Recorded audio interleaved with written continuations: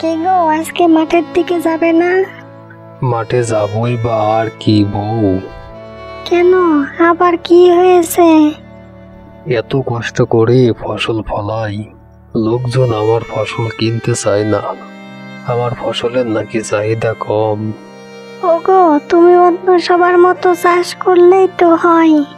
তা তো পারি বটেই, কিন্তু ওদের মতো চাষ করলে ওদের মাঝে আর আমার মাঝে কোনো পার্থক্য থাকবে না। এত পার্থক্য দিয়ে কি হবে যদি পেটে খিদেই থাকে?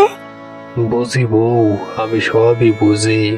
রূপা সব সময় দামি দামি শাড়ি গহনা পরে, আর আমি তোমাকে ঠিক মতো ভাতও খাওয়াতে পারি না।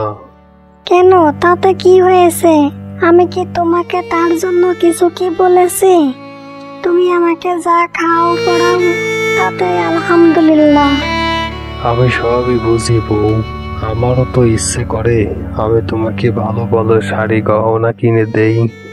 তুমি এত ভেঙে পড়ো না তো, দেখবা একদিন সবই হবে। আল্লাহর উপর ভরসা করো। এত কষ্ট করে শুধুমাত্র জৈব সার দিয়ে ফসল ফলাই, লোকজনে বুঝলো না। তুমি হাত মুখ দিয়ে ঘরে এসো তো, দুমুঠো খাবার খাবে।